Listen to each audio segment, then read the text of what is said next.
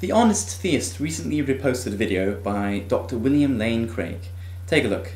I first said we need to ask, what is the evidence for atheism? Now let me stop you right there. You are asking us for evidence of a position of non-belief.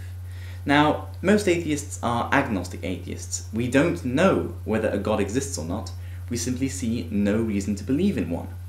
You, as the person who postulates that the existence of a God to an atheist, has to present evidence to get him to believe in it. Therefore, the onus of proof is on you, not us. But carry on. And here Dr. Slezak says that the only evidence against God's existence is the absence of evidence for God's existence. Now, this admission is highly significant. Not really. Because it means that he tacitly agrees that all of the traditional arguments for atheism, like the problem of evil or the incoherence of the concept of God, all of these arguments fail.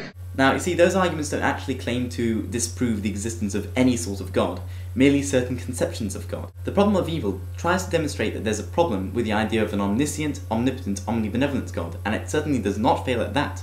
What it doesn't do is show that there is no sort of deistic force, one who sits there and that does absolutely nothing. And to be honest, that's kind of a hard thing to prove or disprove, although I still think the onus is on you to show that we have some reason to believe in it. The only argument for atheism is the absence of evidence for God. But the problem here is that the absence of evidence is not necessarily evidence of absence. We have no evidence that there is gold on the planet Pluto. But does that mean, therefore, that there is no gold on Pluto? Well, clearly not. Quite right, and I would say just that to any Gnostic atheist. The problem is, to all the agnostic atheists, you still haven't given us a reason to accept the existence of God. And as for your gold on Pluto example, I don't believe there's gold on Pluto. But if someone presented me with evidence that there was, I would accept it. What's your equivalent evidence? So when, then, does the absence of evidence count as evidence that something does not exist?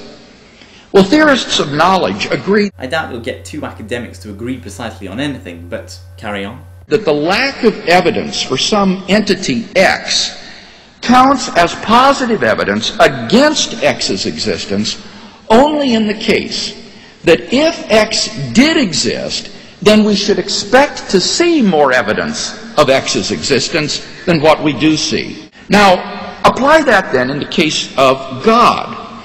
The absence of evidence for God's existence counts as evidence against God's existence only in the case that if God did exist, then we should see more evidence of his existence than what we do, in fact, see. Well done, well done. You've gone the really long way round of saying, yes, we as theists need to show the atheist evidence that God exists, while at the same time sort of lessening the burden on yourself, saying that, oh, well, they should accept it anyway, but if they really want it, we'll give them evidence. So I'm all ears now, Dr. Craig. What is your evidence of God's existence? In practical terms, what that means is this. If God exists, should we expect to see more evidence of his being than the origin of the universe out of nothing? The exquisite fine-tuning of the universe for intelligent life? The apprehension of a realm of moral and aesthetic values?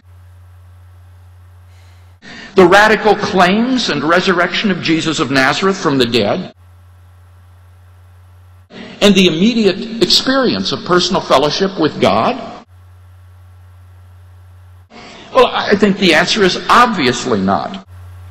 You took all this time of my life, to just reel off the names of arguments that don't work. The cosmological argument postulates the infinite while denying it. The fine-tuning argument is based on a misunderstanding of the laws of probability. The existence of abstract values is not evidence for a metaphysical being who ascribes them. For miracles, the likelihood that the testimony is faulty outweighs the probability that the miracle actually occurred. Personal experience cannot convince those who haven't experienced it. Fine.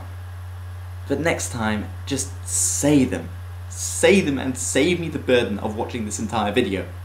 So to carry his argument, Dr. Slezak has to prove that it is highly probable that if God exists, we should have more evidence of his existence than what we do in fact have. You haven't presented any evidence. And that, I think, is sheer speculation. Sheer speculation. I quite agree. Thank you, Dr. William Craig. Good night and good luck. I'm gonna go to hell when I die.